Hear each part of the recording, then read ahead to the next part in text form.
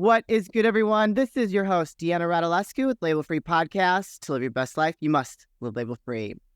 As always, bring incredible guests from all over the world, so sit back, relax, and tune in. My next guest is a former C-level executive. She's a globally operating coach, trainer, and consultant. Please welcome Ulrika Seminati. Yay, I said it right. Thank you, Deanna, for having me in, for making the effort of pronouncing my complicated name. I think it's beautiful. So anyways, listening, she's German. It's a very German name. Where are you joining us from? I'm joining you from Switzerland currently, where I'm living. I live half in Switzerland, half in France. So it's only a 1.5-hour drive away from each other. Yeah, I'm joining you from Switzerland today. Beautiful, beautiful. So anyways, okay. I'm a former C-level executive myself, and I love what you do helping leaders become better because in my experience, I hired and fired a lot of VPs of operations, a lot of CFOs, and a lot of leaders that are in those roles. They might have the experience, but they're just terrible leaders. So I would love to hear why you decided to do what you do. I think for exactly that reason. Yeah, I was working in corporate communications for over 20 years. So I was doing all the campaigns, about values and leadership behaviors and what have you. and I realized, towards the end of my corporate career, when I was myself at a C-level, I realized that it doesn't make any sense when leaders are not capable of communicating this authentically from human to human. Yeah. And that actually people need exactly that. And like you say, many leaders are great in terms of expertise, and that's why they have that place where they are today. Yeah. But leading people is a totally different story. And for many, it's a painful story because naturally, they don't have that talent. And they also certainly have to believe that they will never have that talent, and that makes it even more difficult. So I think it's very important that we change how we see leaders, that leaders change how they see themselves. And how they communicate with people so that they can create that trust that organizations aim for, that they can create that buy-in and the connection on a human level, so that basically, in simple words, they shift from managing tasks, projects, or results towards leading human beings. And that is a big difference. Yeah. So I have many questions, and I think it's very interesting. We're in a very complicated time in our lives, in this world. The world has changed drastically since COVID. We've got AI now that's taking over. There are so many things that have, I feel like we've just been on super speed in the last couple of years. And so with that, I feel like, leadership, corporations, they're evolving too. And how do they evolve in these complicated times, making sure they're staying engaged with their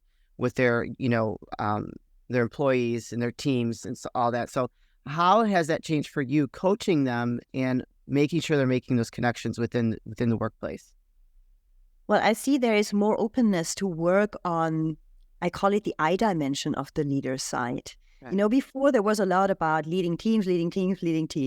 And when I coach leaders or when I train leaders, they immediately shift into this, what I call the we perspective. They look into, okay, what does it mean for my team? Yeah. And somehow it's as if they shift the accountability of everything for that the team is doing that at the end. I help them to do it, but the team. And say, hey, first of all, really, you need to change and look at yourself. You need to look at who you are as a leader, how you relate to the goals that you want your team to make happen somehow, or make it a reality. Because many leaders never really self-reflect on that. They just run. Most of them are in a hamster wheel, so it's understandable, but they just run. And I think what the past 3 years have done is that there was this bracket that was open to reflect a bit, to hold on for a second and to think, hey, actually, is that right what I'm doing? Is that fine how I'm doing it? Is it fine for me how I'm doing that? Because many have never asked that questions over the past 20 years. Yeah. And what I see is this evolution. So the difficult times or the more shaky times and all this uncertainty that is just growing more and more leads to more self-reflection, I think, because people feel that if I have not created the foundation for myself of what kind of leader I want to be, what are my no-goes and what is my authentic version of leadership, then I will struggle even more in the future, because it's already like walking on ice or something. This feeling of, wow, it's very unstable here.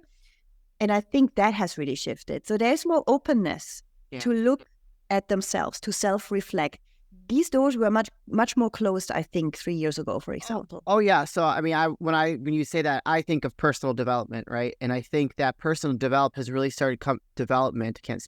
has really come to the forefront for everyone, not just like coaches, business owners, but also for leaders. And that, like, when I was, I mean, we're talking like probably, was it been almost 10 years ago that I was in a C-level position, and I was just starting to kind of like research personal development for myself. But now I feel like it has really come to the forefront for leaders, especially, to become better, because the world is changing so much. Yeah. And it is definitely the key of it. And I think leaders start to understand that instead of shying away from it. It's clear that this is the secret, actually, if you want to feel better and have less stress at the end, because it's all about that as well. Having more time to do the things that you really want to do, not only at work, but also maybe in a private life. And all of that comes together when you really start being much clearer on your own priorities, and not just in making to-do lists, but having this piece of, like you say, the self-development that you can have inside of yourself, to just better understand how you relate to the things that you have to do every single day. And especially, how do you relate to leading people? How does this really feel for you? And really admitting bluntly as well if it does not feel great, because you feel very insecure in this role. Many do feel very insecure in leading others. And admitting it is the first step to being able to grow and to learn something here. Because as long as you don't admit it and say, no, it's good enough, and I don't like it very much, but I'm fine, and then nothing will happen. And you will always have this awkward feeling of, it's not my cup of tea, and I don't feel well in what I'm doing. That's interesting. A lot of leaders feel insecure. I would have to agree with that, because I think it's probably hard for them to admit that.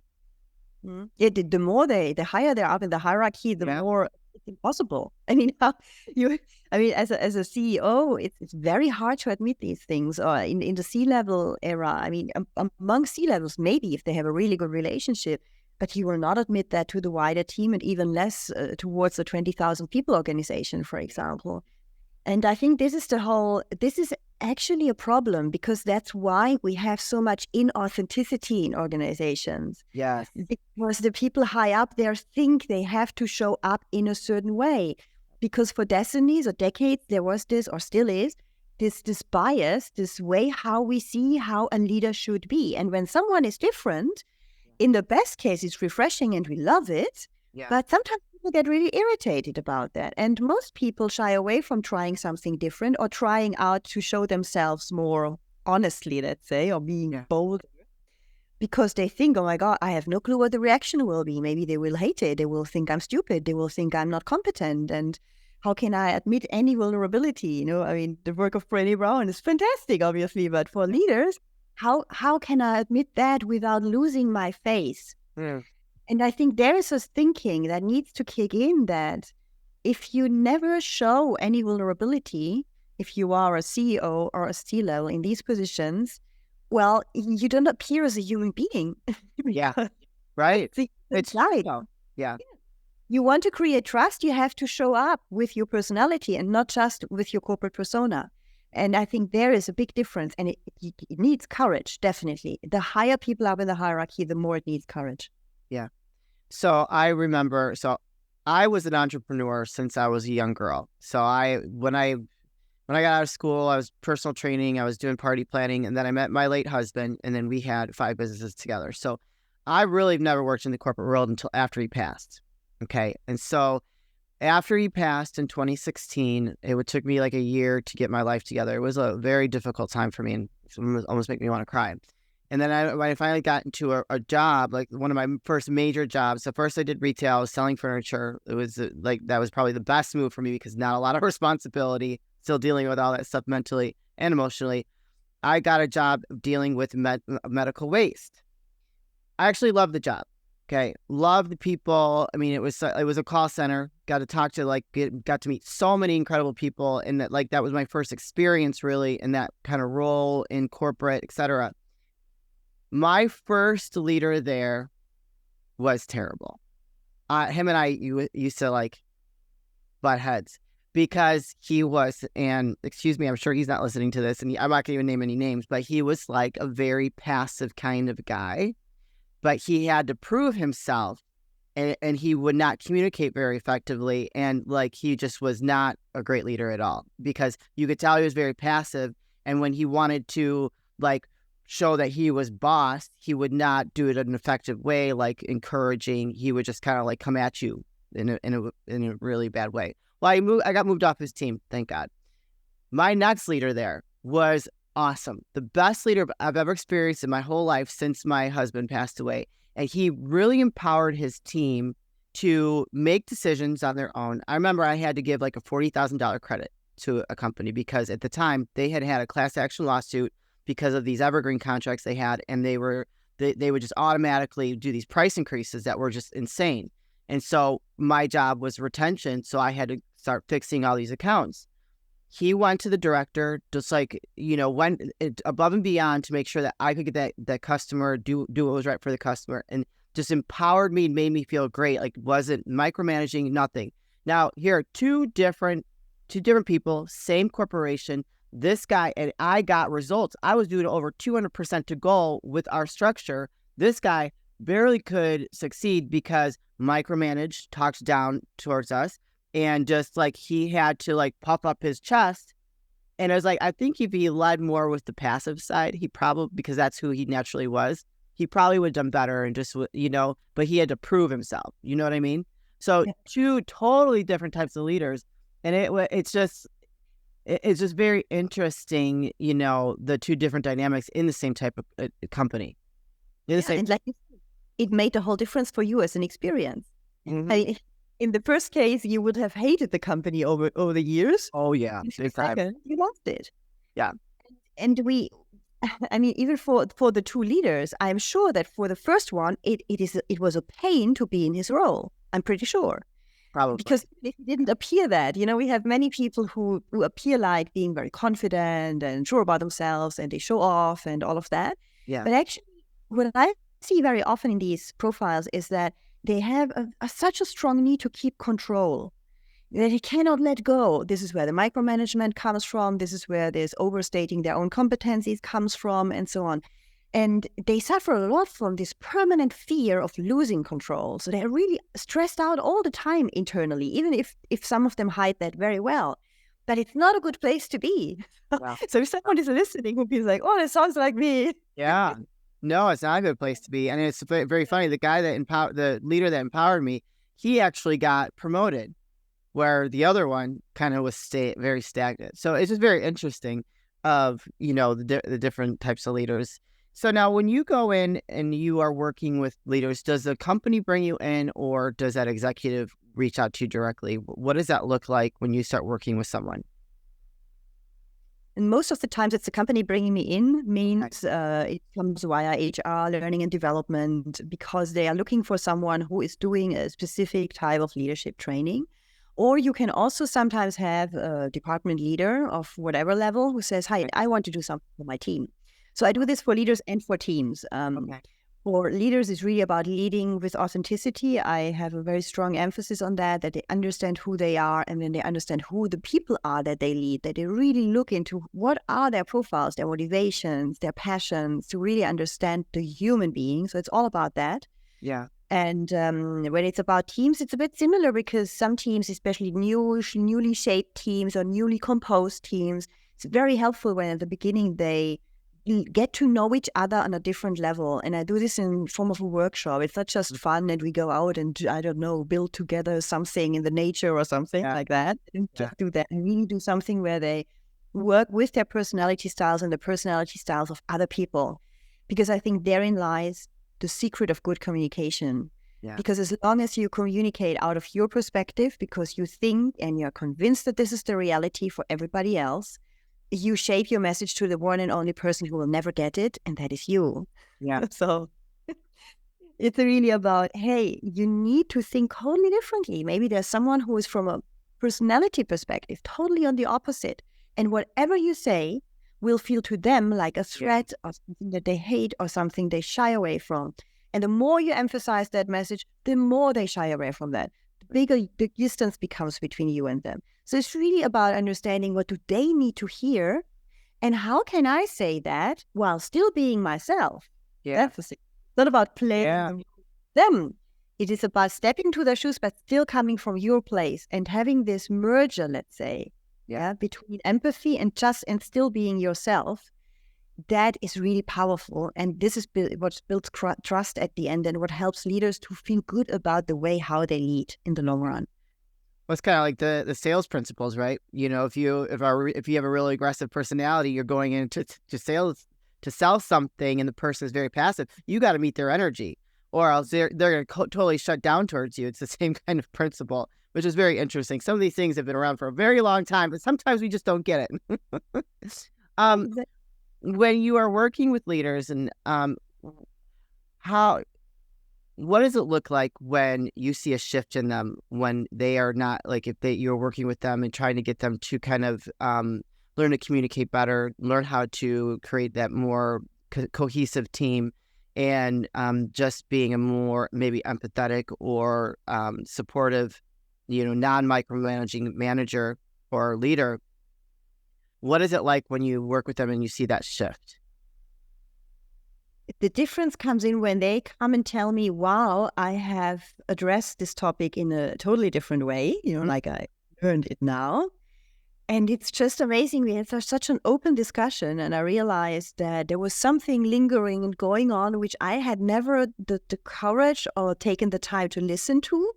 And suddenly, just because I was creating this connection differently, things opened up, people opened up. They told me something I got real feedback that is interesting. And we were very quickly, suddenly in a totally different level of collaboration. I think that's really the best thing that I can hear from them when they feedback on that. It's also about resolving conflict, for example. You have a lot of silent conflicts. It's not about shouting at each other. It's just not doing things, not answering, not really reacting, these kind of conflicts, silent conflicts. And they realized that by addressing people from the heart and not just from the head, they realized that now suddenly everything that was blocked before starts to be in a flow again. Because all these obstacles that people had put up in their minds, which blocked them from connecting, from exchanging, from being open to each other, suddenly break up and there is another openness and we are working on a different level. So if they don't fall back into old behavioral patterns, which is always a risk, we all know that, how hard it is to maintain a new behavior. But the best thing is really when I see that they learn from positive experiences, and then obviously you have some motivation to go on with it because you want to keep that. So then it becomes a new habit. And this is when I see after 3-4 months, it takes a while. A new behavior takes a while also to really show up and bear fruit. When I see that, then it's absolutely great because then I think the leader usually has made a shift to next level. They can build on further, but at least they are on that next level already. And typically when they get to that, when they have that shift and they get to that next level within their management style, it actually kind of opens them up to more opportunities within their corporate structure, right? Yes, usually it does because then they have that possibility to come up with own ideas more openly. Because very often when we are not very clear about ourselves and we do not have clarity on how we relate to goals and why we are doing certain things in this organization, why we really do it, not just because we're paid for it. There are other reasons, the intrinsic motivators. When they're clear about that, they have much more ideas naturally. It's quite interesting. It creates more creativity because the mind is opening up. And at the same time, they have more courage to express it. And to say to their hierarchy, hey, guys, I have really an interesting idea, to speak up, which is also something many organizations aim for, having this famous speak up culture. People really say what they think and come up with ideas. So it helps them to position themselves differently. And there's much more reflection about it, about the team, about understanding the whole dynamics that are working around them. And it helps them in Fine aussi to become more aware of the dynamics that are happening in the next leader level, the level they might want to achieve. Because the higher you rise up, the more you have politics out there. Oh, yeah. It's really painful. Sorry, I had to roll my eyes on that one. Yeah, exactly. Horrible. However, it's there. Yes. But they can see it from a different perspective. They can analyze it differently. They see more what is behind these behaviors. Why is somebody taking all the space, never listening to others? They can see that differently. They can actually, by not taking all personally, which we do when we are not self-reflected, we take everything personally. Oh yeah. They can take this step back and say, hey, it's not about me personally. I'm just here at the moment. That's why I'm in front of that. But it's not me personally as a human being. It's rather around the setup, the patterns, the behavioral and thought patterns that this person has, and take a bit of a distance. And from there, they can handle the situations in a more powerful way. And powerful is maybe not the right word. It sounds always like a bulldozer. That's not the point. It's more that you can manage it for yourself. You keep calm. Empowered. Empowered is the better word. Yeah, exactly. From an empowered place of being. Yeah, exactly. I have one more question before we start wrapping things up. And this might be a little controversial. Like I said, we are in a very complicated time in our world, and we've got people that are, not wanting to be identified with their gender, right? We've got he, she, them, they, all these different pronouns. How does a leader, maybe, I don't know if you've dealt with this yet, but in the workplace, when you're in corporate, you're getting a lot of different personalities, right? A lot of different personalities. And I'm sure some of these things are coming out, where people don't want to be, specified as a certain gender, so, and I think that's got to be hard for some. I know it'd be hard for me because I'm very old school, and it would be very hard for me to wrap my head around that and how I would deal with it. Now, do you help coach leaders around this new phenomenon, I guess, in the world with, people are not wanting to be identified, certain genders? I have not done it yet, actually. Never have. Oh, okay. No. But what I would say, and I think this is important anyway, because it's not just about gender, it's also about, maybe the culture or the social backgrounds or what have you, whatever it is that differentiates this person from other people. And I think what I would say is that try to really look at, I would say, the heart connection. Yeah. The person, the human, no matter if male, female, or neither nor. Yeah. Just really look at the person, and I think which is anyway a good thing to do when we speak also about equal chances and all of that, to really look at the human being, also at the competencies if that's necessary for sure, but also at this more intangible thing, the human being, which means what do they have in their hearts? What do they like most? What do they need most? What do they fear potentially most? Yeah. And how can I work with them as a human being, no matter who they are, how they show up in terms of external appearances, for example, and also what their background actually is, to give them that chance to evolve as a human. Yeah. Purely. It's hard because we're always biased by these views. Obviously, we all have a different bias. Well, it's label free, but I have to ask that question because we are in different times, and I'm hearing of, there are kids now in school that are identifying as a cat or identifying as a dog. And it's just like we are, as a leader, if you're starting to experience some of these personalities, how do you deal with it, right? And that's probably going to be a very interesting situation for you if you have to coach someone that's dealing with someone that identifies as a cat or dog. But anyways, Ulrika, this has been an incredible conversation. If someone wants to learn more and working with you, if there's a corporation or an executive or a business owner out there that's listening, where can they find you, connect with you, and learn more? So the easiest probably is my LinkedIn page, Ulrika Seminati, my name. And my website is also ulrikaseminati.com. Perfect. And there you can find the offers that I have for corporations, but also for individuals. I do regular courses, 1.5 hour pieces around certain topics. If you're interested, just sign up for it. Come in, try it out. I'm starting the next rounds in February. So enough time to get it into yours. Yeah. And you have a free e-guide. The Art of Persuasion. Exactly. You also get it on my website. Okay. It's the Art of Persuasion, and it speaks about these different personality types and how you can adapt your message to it. So you also have quite a lot of hints and tips and tricks how you can apply this in the business world, and a few exercises how to do this best. Perfect. You guys, I'm going to put those links in the show notes. So if you resonated with what Eureka has shared with us today, and you're a leader and want to learn more, go ahead and go check her out on her website. Go connect with her on LinkedIn, shoot her a message. I'm sure she'd love to continue the conversation.